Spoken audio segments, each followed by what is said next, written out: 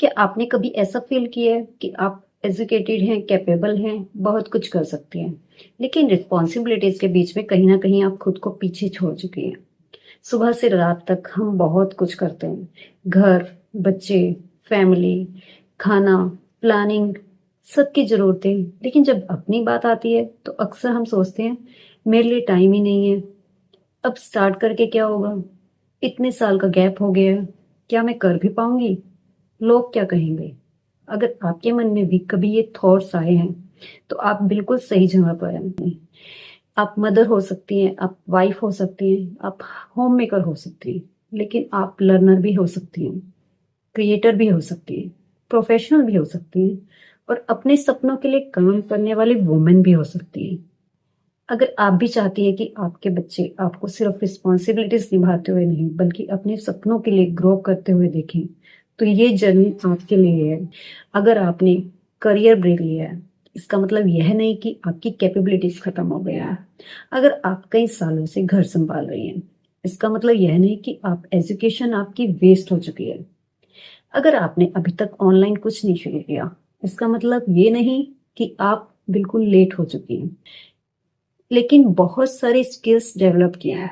सोचिए, एक home maker daily क्या करती है? प्लानिंग करती है, बजट मैनेज करती है, मल्टीपल टास्क हैंडल करती है, प्रॉब्लम सॉल्व करती है, फैमिली को इमोशनली सपोर्ट करती है, चिल्ड्रन की पढ़ाई में हेल्प करती है, टाइम और रिसोर्सेज मैनेज करती है। ये सब स्किल्स हैं। हो सकता है आपको इन्हें कभी स्किल्स की तरह देखा ही नहीं, लेकिन आज से देखना शुरू कीजिए। आप सिर्फ घर संभालने वाली वुमेन नहीं है, आप मैनेजर हैं, प्लानर हैं, प्रॉब्लम सॉल्वर हैं, केयर गिवर हैं, लर्नर हैं, और अगर आप चाहें तो फ्यूचर में एक creator, service provider, teacher, entrepreneur या डिजिटल प्रोफेशनल भी बन सकते हैं। अब मैं आपको एक सिंपल सा फ्रेमवर्क देना चाहती हूँ। इसका नाम है पास्ट प्रेजेंट फ्यूचर फ्रेमवर्क। आपको अपनी लाइफ को 3 पार्ट्स में देखना है। पहला, पास्ट।